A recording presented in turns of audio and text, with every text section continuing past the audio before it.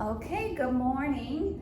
Today we're going to talk about evaluating sources. So last week I showed you how to navigate our TextQuest databases, and today we're going to talk about how to determine if what you found is good or not. Okay, so our learning goals for today, we will learn what CRAAP is and what it stands for. Questions we ask about a source's validity and why it's important to check a source's validity. You want to make sure that if you're getting information from somewhere, that it's good information. So those are our goals for today. Okay, to get us started, we're talking today about the CRAAP test. And you can tell because it's misspelled, and you can tell because every letter is capitalized that stands for something. It's an acronym. So that's what we're going to walk through today. What do those letters stand for, and how do we use this to evaluate sources? How can you tell if a source is reliable? We're going to start to get warmed up with a few tests. Let's see what you already know about checking a source's reliability. Okay? We're going to talk about fake news. What is fake news? You hear that all the time. What is it? Something that's not true. That's right. It's being shared like it's news, but it's not true. Good. So your first challenge, we're going to evaluate this to see if it's valid, if it's real. The Pacific Northwest tree octopus. Let's test your skills. We're going to click on the octopus. That's going to take us to a website called Save the Pacific Northwest Tree Octopus, and we're going to examine that site to see if you can determine if this is real or fake news. Click on the octopus. Oh, go back one. And click on him. So here we are at a website all about the Pacific Northwest Tree Octopus. And this is a website that says he's endangered and we want to save it from extinction, okay? So you can see that we've got some pictures. We've got a whole article about him. The Pacific Northwest Tree Octopus, or Octopus paxarbolis, can be found in the temperate rainforests of the Olympic Peninsula on the west coast of North America. What happens if we click on that? Is that a good link? Oh, it takes us to Wikipedia that explains what that is. Good. Let's go back. Yeah, so that was legitimate, right? Okay. Their habitat lies on the eastern side of the Olympic mountain range, adjacent to Hood Canal. These solitary cephalopods reach an average size of 30 to 33 centimeters. Unlike most other cephalopods, tree octopuses are amphibious, spending only their early life and the period of their mating season in their ancestral aquatic environment. But because of the moistness of the rainforest and specialized skin adaptations, they're able to keep from becoming desiccated for prolonged periods of time. But given the chance, they would prefer resting in a pool of water. We're not going to read all this, but if you scroll down, does this look real? Why not? Because the website looks weird. You think, what about it looks weird? I've never seen like a website like that. Yeah. Does this information kind of sound legitimate? You don't think so? Why not? Because I mostly see octopus. You have no experience that lets you believe an octopus could live in a tree? Yeah, okay. We've got maps, we've got links that actually work. It sounds like reasonable information. If you were, say, a fourth grader doing a report on the octopus, do you think they would believe this? Probably. You're a bit older, but maybe with a younger audience, this seems like it could be legitimate, okay? It has a lot of statistics and links. This is real. It's a real website. And if you go back up to the top, there are tabs. They all work. They even have sightings. Click on the sightings. and you're gonna see accounts and pictures. These are sort of blurry, like Bigfoot pictures, aren't they? You can maybe it looks like there's an octopus in that tree. Scroll down, look at some other ones. Look at that's. Keep going. There's some funny, like this eagle has caught one, like he found it in a tree. What do you think? Real or fake? You think fake? Do you think it's a good fake? Yeah? Scroll up to the top, or you don't have to scroll up, it's right here. Look at the web address. Does that seem suspicious? Yeah. If this was a real website, it might have a more scientific name, like it might be coming from a scientific magazine or from a more trusted animal type site, right? And look at the end, .html. Does that seem real? That's not really how websites end, is it? Normally, if it's something that you could do research with, it might end with edu, education. It might end with .org, like an organization wrote it, or even .com, but that seems made up, right? Okay, good. So let's go back, and do next.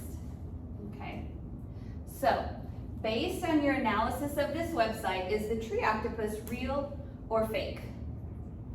You think fake.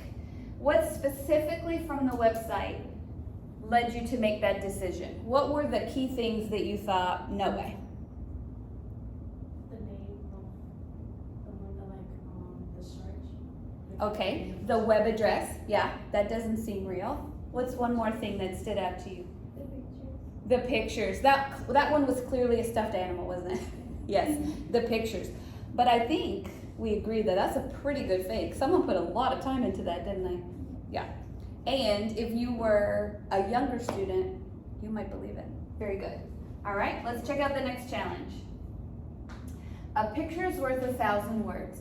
So on this one, we're going to try and evaluate a picture to see if it's valid or not. Okay? Do you see these flowers?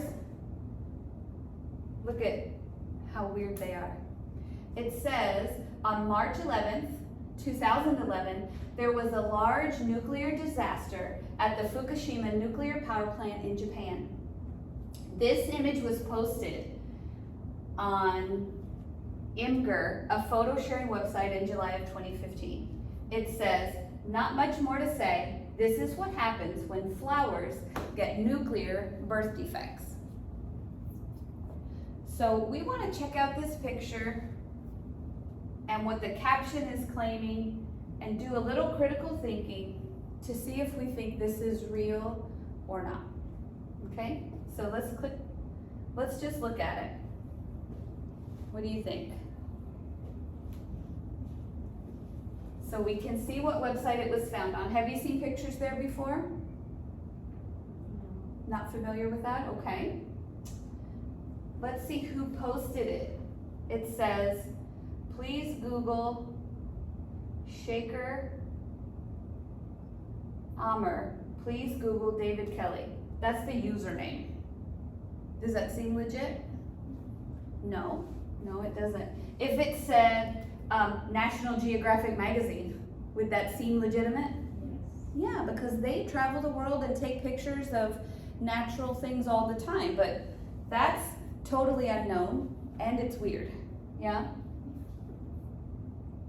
Do you know of ways that pictures can be manipulated? Photoshopped, changed? If you went on an AI website, could you type show me flowers with mutations and have it generate something like this? Yeah. So you know it's possible to make a fake, and you know that this username seems unreliable. Okay, let's go. What do we think? Do you think that picture was strong evidence of a reliable source of information? No? Why? Because it said it happened in 2011, and then Oh, very good. You paid real close attention to the details. The event happened in 2011. That picture came 2015. So that the time difference there makes you kind of question what would be going on. Very good. Was there something else that you thought that's not right? Probably the name. The name of who posted it. Yeah, they're not standing out as a real reliable source of information. Very good, very good. Let's look at the last challenge. Challenge number 3.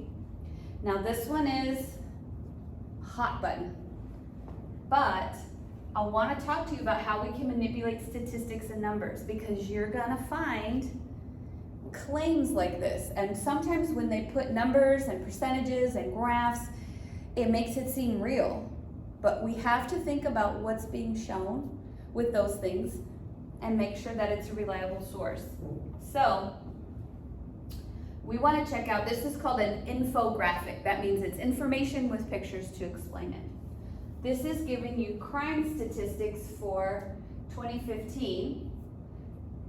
They've chosen this picture to go with it, and then they're giving you different percentages of people being killed. What point do you think that they're trying to make with an image like this? Is it meant to be scary? Yeah, it's probably meant to be scary. It has a source, Crime Statistics Bureau, San Francisco. Did they give us a year on the source? No, they're claiming for this, but we don't really know. And then look at these usernames.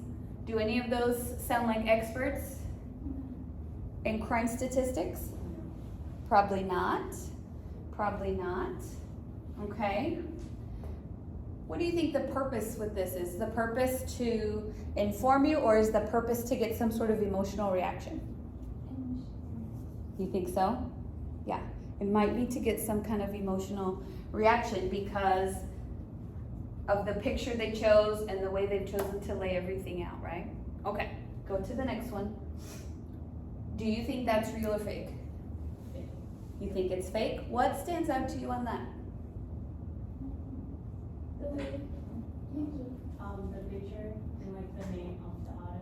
Yeah, the picture and vague source information. Yeah, those are two things. You've all been on the internet. There's an endless number of pictures. They chose that on purpose for a reason, right? So you want to just make sure that statistics come from a real place, given by credible people, and that they're presenting information, not emotional content, right? All right, let's go. So what do we think? This was our little warm-up for verifying sources. The Pacific Northwest tree octopus was real or fake? Okay, click. It was fake, you were right. A picture's worth 1,000 words. Is this a real picture of nuclear mutations on a flower, or is it fake? Fake. Okay, let's see. You're right again. And these statistics on this infographic, do you think that was real or fake information? Okay, let's see. Fake again. Very good. You did great.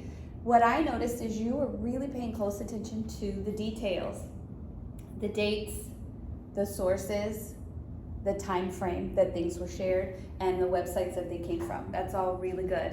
Really good when we're evaluating whether a source is credible or not. Okay? All right, let's get into it. What is the CRAAP test?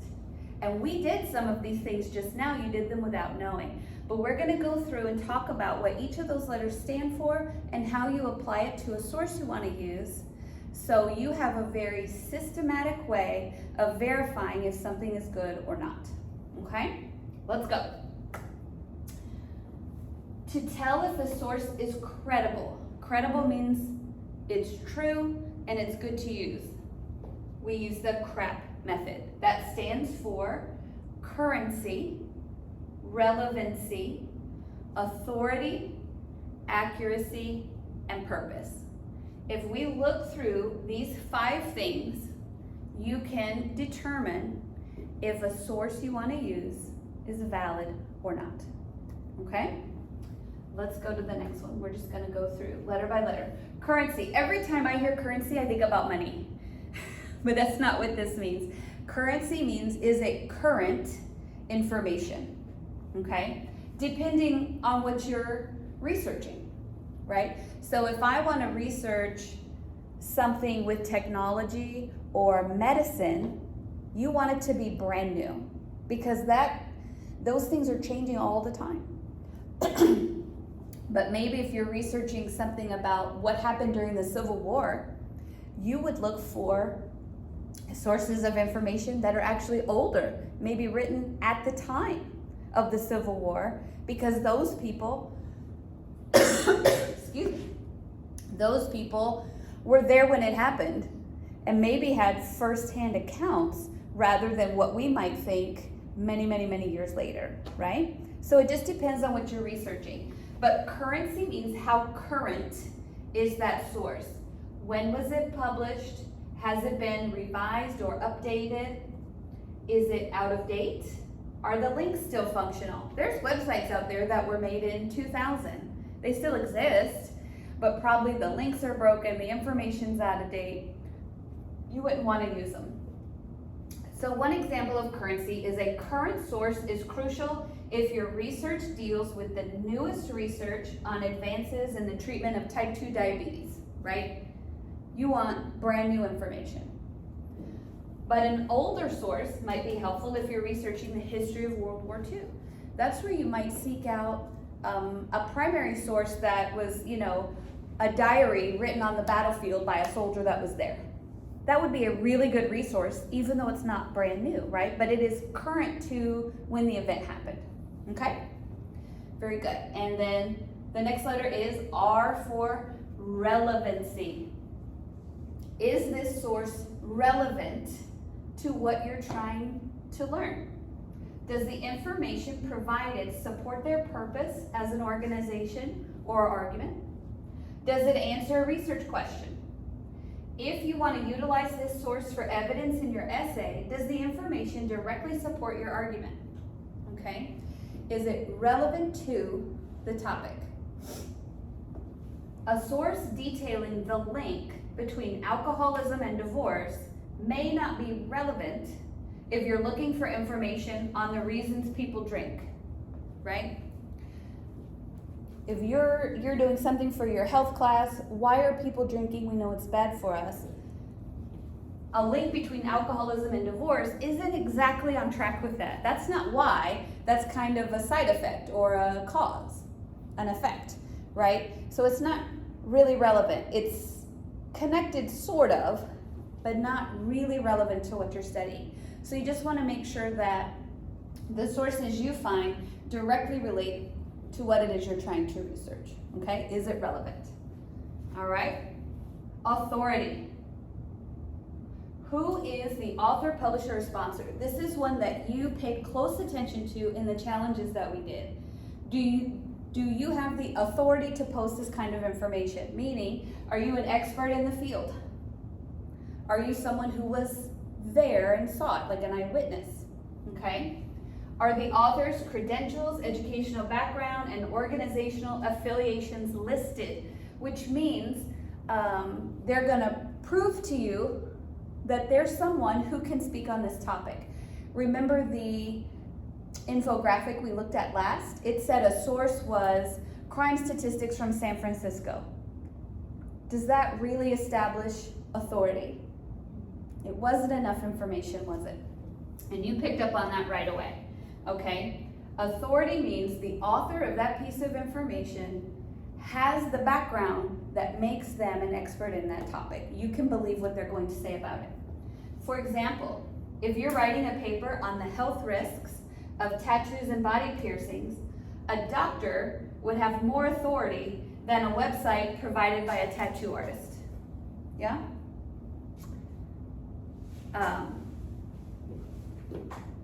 You want to make sure that the person who put out that information has the background to make them believable on that topic, right? Like all of us could sit down and I could type up a heck of a paper about something, but it would just be made up. So you have to establish that the person giving you that information or the organization giving that information has enough expertise to do so, okay? All right, let's look at our second A, which is accuracy. It needs to be accurate. Where does this information come from? What are the author's sources? If I wrote about a paper about the tree octopus and my only source was that fake website we found, my whole paper is discredited, right? Because my information is not accurate. It didn't come from a good place, okay? Can we provide good sources? Can we support with evidence? Can you verify that information somewhere else?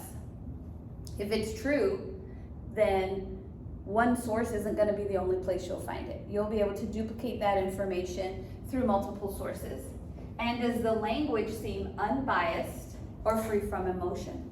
If you think about the infographic we looked at with the shooting statistics, was that unbiased? Was it neutral? No, it was very biased, wasn't it? They chose a picture that was going to give us an emotional reaction on purpose. And that was another reason that you felt, that doesn't seem quite right, because they're not just presenting information, they were presenting a feeling to go with that information, right?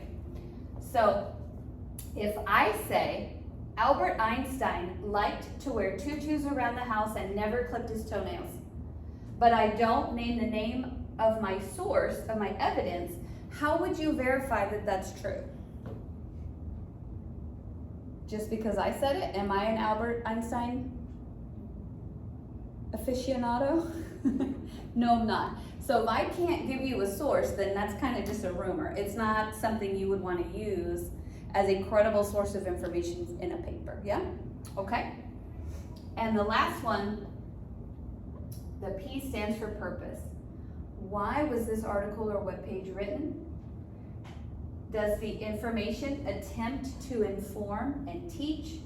Is it here to sell or entertain or persuade you? Does the author make their intentions clear? Is the information fact, opinion, propaganda? And does the point of view appear to be biased? Okay? When you were younger in elementary school, you learned author's purpose. Was this story written to entertain, persuade? You know, what's its purpose? Explain, entertain, and persuade. Think back to your challenge ones. The octopus story seems like it was done to inform, but kind of after we started looking a little bit more and looking at some of the pictures, maybe just to entertain. But they definitely weren't trying to sell us anything, right? When you think about the one with the shooting statistics, what was the purpose of that? Was it just to inform you? Or do you feel like it had a little bit of opinion or a little bit of bias? Yeah, it definitely had a little bit of bias. So you want to think about the purpose of something. It doesn't mean it's not true, but it does mean that the information might be being presented in a certain way to make you think a certain thing. And you just want, when you're researching or learning about something, you just want the facts, and you're gonna, that's loud. And you're gonna make your own opinion from the information. You want to try to avoid things that are going to give you an opinion about something right away, okay? Or if it does, you at least want to recognize that this is written from a certain perspective, this has a certain opinion, and you take that with a grain of salt and use it in your paper responsibly, okay? For example, if you're looking for a website containing information on identity theft, keep in mind that some of the pages found might be trying to sell you identity theft protection. If you just Google identity theft, you're going to get ads from companies that want to sell you some kind of insurance or protection plan, and their statistics and their information is going to have a bias because they want to scare you and they want to make you buy their product, as opposed to just a straight page of information about identity theft and its statistics, right? So, very good. Very good. One more.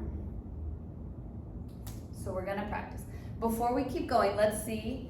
Go back to that first CRAAP slide and let's just remind ourselves what all those letters stand for. There we go. Currency. Is this article current to what I want to know about? Sometimes brand new is best. Sometimes, especially for primary resources, near the time of the event is best, even if that's older. Is it relevant to what you're trying to find out? You don't want to get sidetracked.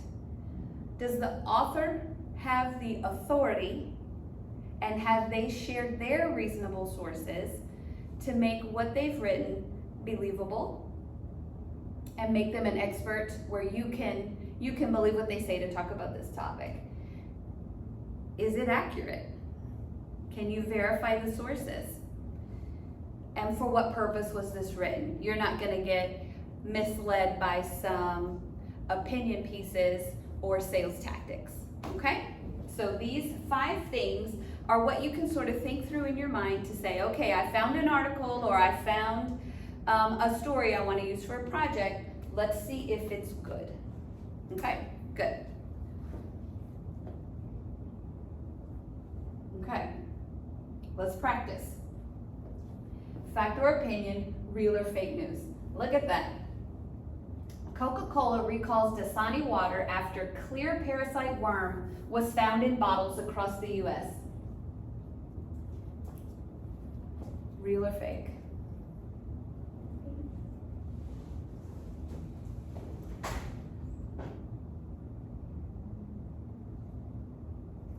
Some tips. Snoops.com is a reliable website where you can go to see if something is a hoax or not. Most false news stories appear on Snoops.com. Snoops.com is an organization that researches wild stories to see if they're true or not. They're going to go verify that for you, and they're considered a reliable source. Okay? Hoax is a trick. It's intended to deceive people. Some people have tricked others into believing in Bigfoot is a hoax. The website about the Pacific tree octopus is a hoax. What about the emotional response? If you saw this when you're scrolling your phone, would you be checking to see if you've been drinking that? And maybe make sure you don't buy it? Maybe so. But what if the whole thing's made up and you're fine, right? So this is a good place to go for what seems like a wild news story.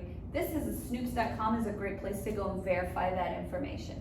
It's a good place to start.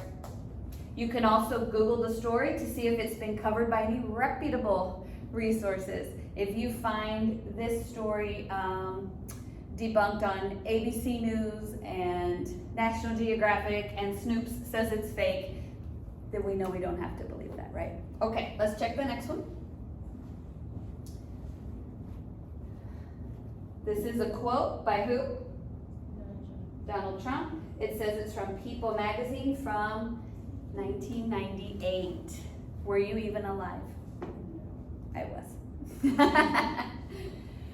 If I were to run, I'd run as a Republican. They're the dumbest group of voters in the country. They believe anything on Fox News. I could lie and they'd still eat it up. I bet my numbers would be terrific. Does that sound like something Trump would say? Is it like worded in the way he speaks? Examine the quote. What do you notice about the quotes? Who says them? Why should we trust these people? What was our source there? People magazine. Would you consider that reliable?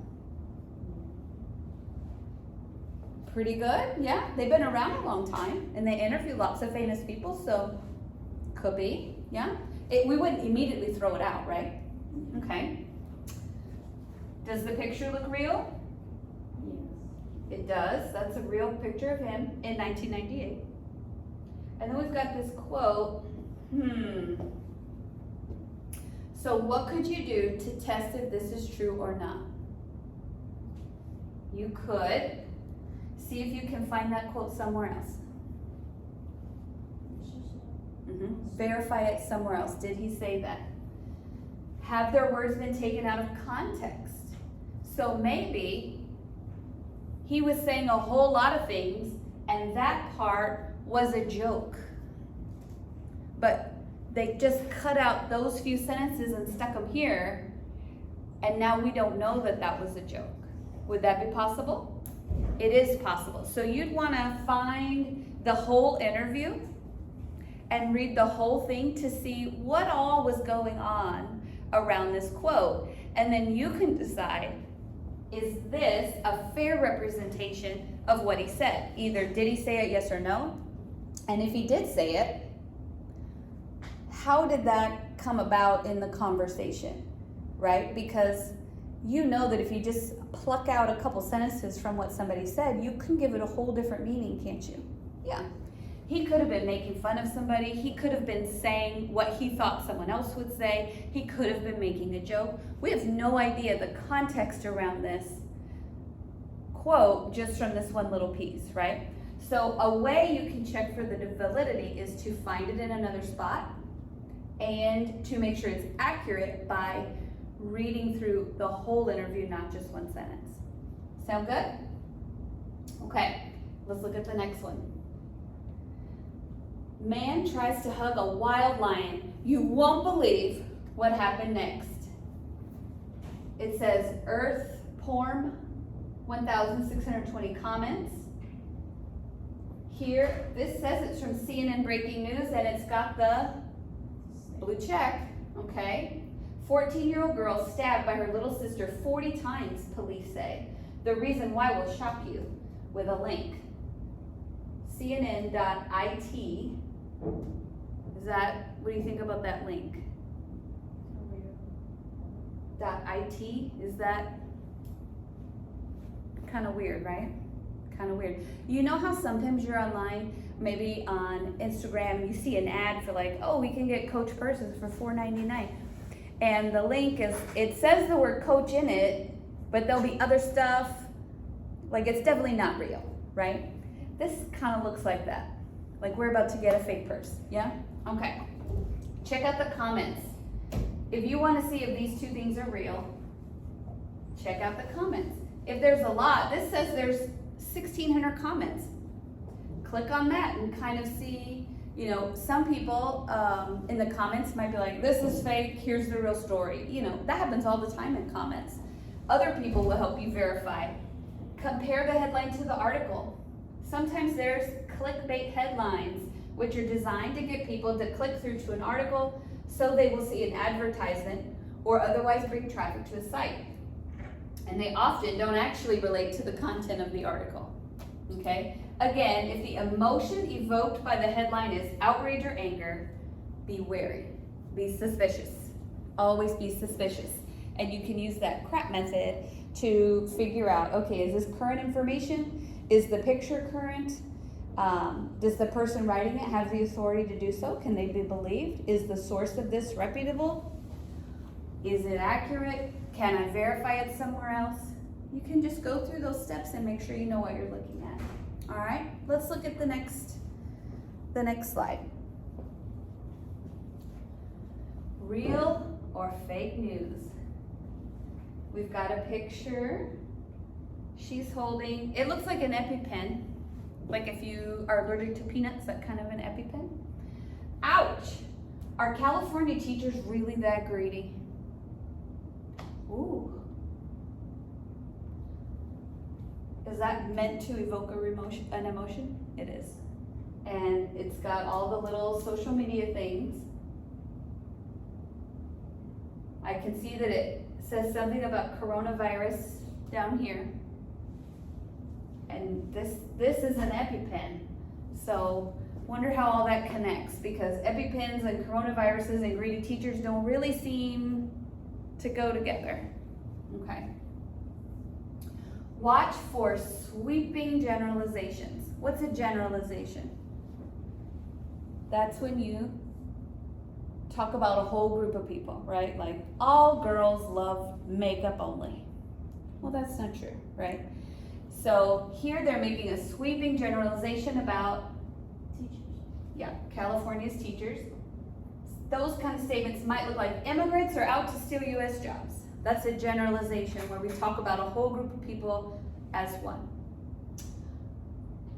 Or all of these kind of voters are ignorant, uneducated fools, right? So you wanna watch out for sources that make big generalizations about a whole group of people, because that's never true, is it? It's never true. These statements indicate bias and make the source unreliable. That means this is gonna be an opinion piece. And when you're looking for good resources, remember, we are looking for no bias, no opinion, no sales tactics. We're looking for neutral facts being given by a reliable source, okay? So this headline kind of automatically makes you go, yeah, it's probably not that great, yeah? All right, let's go. Check to see if other reputable sources are reporting on the same topic, right? Can you find the same information somewhere else? Because if it's accurate, it's in more than one place. Yeah? It's in more than one place. So here, this is when we were reporting that Carrie Fisher had died. She was Princess Leia in Star Wars. Sometimes you might scroll across something and you see news that some celebrity has passed away, and it's not true at all.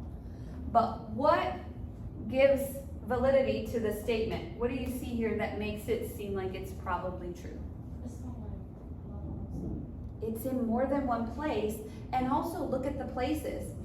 Entertainment Magazine with dates and times and when it was updated, all of that information given by a magazine that's been in the entertainment business for a long time. Does that seem true? Yeah. Rolling Stone Magazine, have you heard of that? Yeah, it's been around a long time, and they're reporting the same story.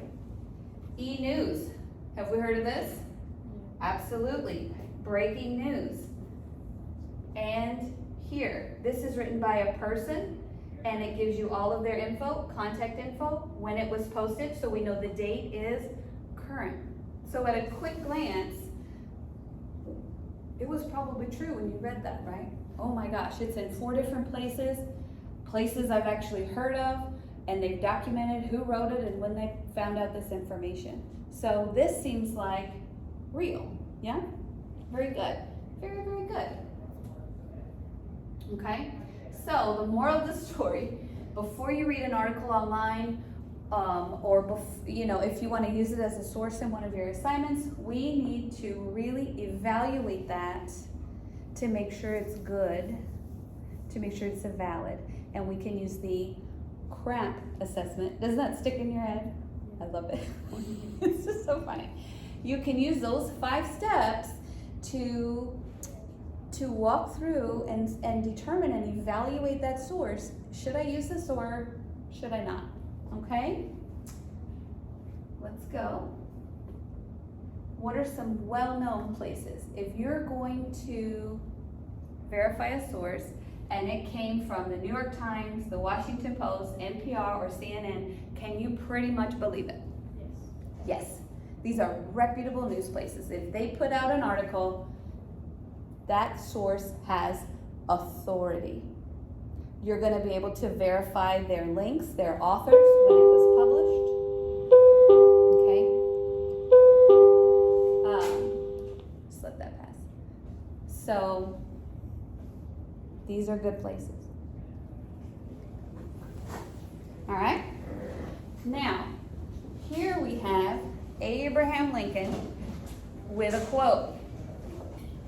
Don't believe everything you read on the internet just because there's a picture with a quote next to it, signed Abraham Lincoln. So they're making this look like he said that quote, but really,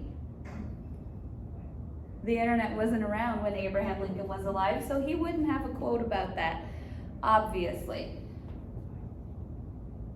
When you're verifying sources, you want to make sure that you're running through those CRAAP letters in your head. While Abraham Lincoln was a reliable human being, he does not have the authority to speak about things on the internet. Also, it's not current. This picture and this quote can't go together at all, okay? So, when you're looking for credible evidence and you want to verify a source, we're going to focus on the CRAAP method, okay? Let me show you what's next.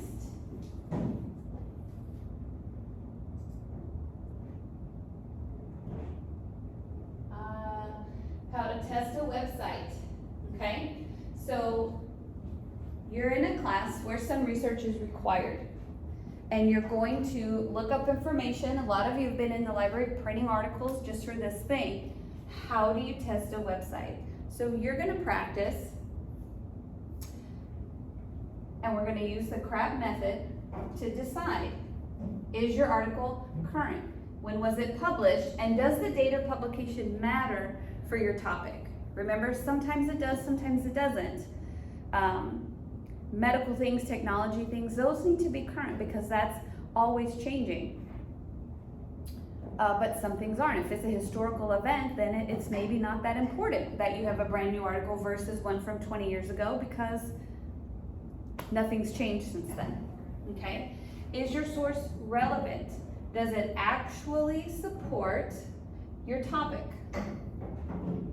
Okay? Does the author have authority? We don't just believe everyone who talks on the internet. You have to make sure that they have the educational background and the credit to speak on this subject in a reliable way. Does the source contain accurate information? You can verify that by seeing if you can find the same information elsewhere. And does the author cite his or her sources, right? Most of the time when someone writes an article, they've also done research and found information in other places, so you can look and see where they got their information. And is that a good source? And kind of follow that trail of breadcrumbs back to make sure that what you are looking at is valid from start to finish. That valid, credible resources were used to create the article that you want to use, presented by a person with the authority to understand and interpret that information and explain it to you in a different way. And what's the purpose? What's the purpose of that article? Have you found an advertisement or an opinion piece, an editorial? Those have their place. It doesn't really make them untrue, but you want to make sure that you're aware of that bias and that it works towards what you're going, what kind of information you're looking for is still there. So your job is to pick a website and evaluate it with this, okay? And test your skills at following the CRAAP method, all right? So you guys are gonna be doing that. But before we do,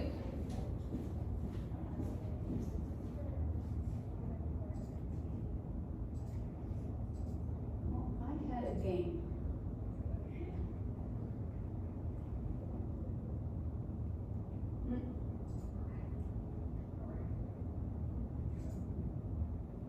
Oh, sorry guys.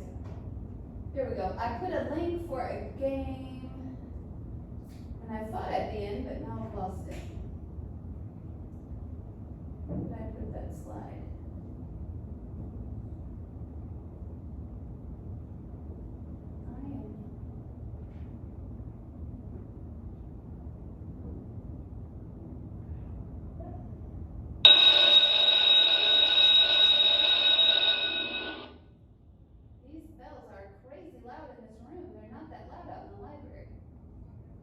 Well, I tell you what, I don't know where my game slide went. It was not that fun, to be honest, but it had more examples so that you can practice. Sorry, I don't know where it went. Oh, it was right there. Look. There we go. I just hadn't gone far enough. So this is a little game that lets you practice determining if something is fake news, helps you verify resources, and it's got different things where you can practice those skills. So you can see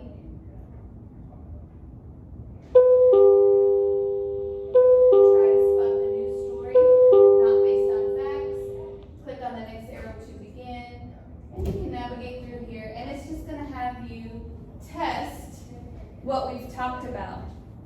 Okay, so this round tests how well you can access content on news websites. Things to think about. What's the URL? What's the language and tone? Who is the publisher? Check the author. This fits exactly with our CRAAP sources. I'm sorry. Good morning, Johnson High School. Please stand for the pledges. Okay, sorry about that. Ooh, and they had so much to say today on top of it. Okay, on this game it has you evaluating websites, and this exactly aligns with what we've just talked about. Check the URL, the language and tone, the publisher, and the author. So we're looking for the authority, the,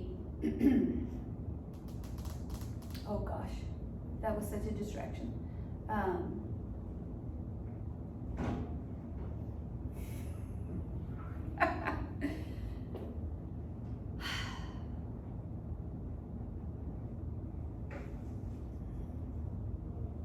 The authority, the accuracy. We're gonna tie it together on the next one. Oh my goodness.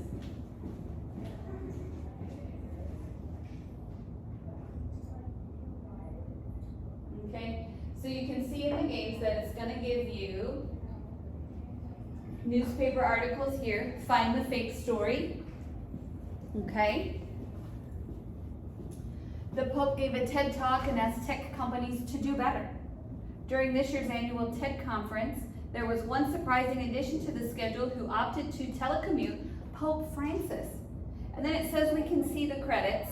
Okay, so we'll click on that and it will presumably show you the author and who wrote this, so we can see if we think it's a valid source. Okay. So, written by Liptak A in 2017, the Pope gave a TED Talk and asked tech companies to do better. Available at theaverage.com, 2023, July 25th. The image was cropped from the original by this guy, licensed under Pixabay. So we can also click on those things and sort of dig through to determine the authority of this piece. Okay? Scientists inflict karaoke on young volunteers to find out what makes us blush. Subjects' performances of songs by Adele, Mariah Carey, or from Frozen shown to peers to assess response. And McDonald's uses worm meat fillers, but can legally call it 100% beef. So this game allows you to see the credits.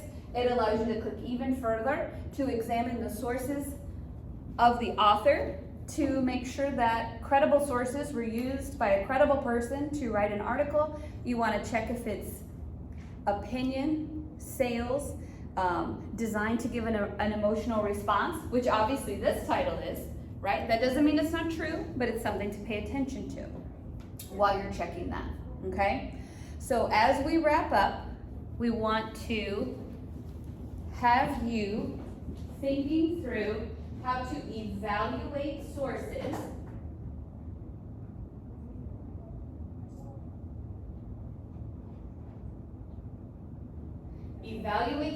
using the CRAAP test. That was the whole point of today. How do you decide if a source is credible? Is it current? Is it relevant to what you're looking for? Does it have authority? Is it accurate? And what was the purpose of that piece?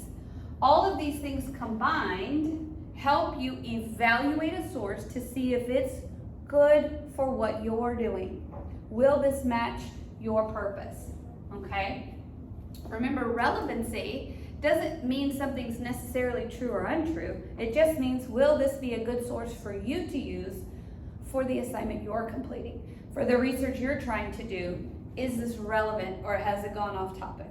Okay? So not all of these are used to prove something's fake or real, but these are the things that help you evaluate a source to determine if it's appropriate for what you're working on. Okay? So you're going to finish this out by doing the website evaluation. You get to pick any website I would suggest something that goes with the assignment that you've been doing and run it through that CRAAP test and see how it measures up. Okay, there's also that game available if you want to practice some more. All right? Okay, thanks everybody. You were awesome. I think this is a really good tool. Let's apply it to some of the stuff you're doing in class right now.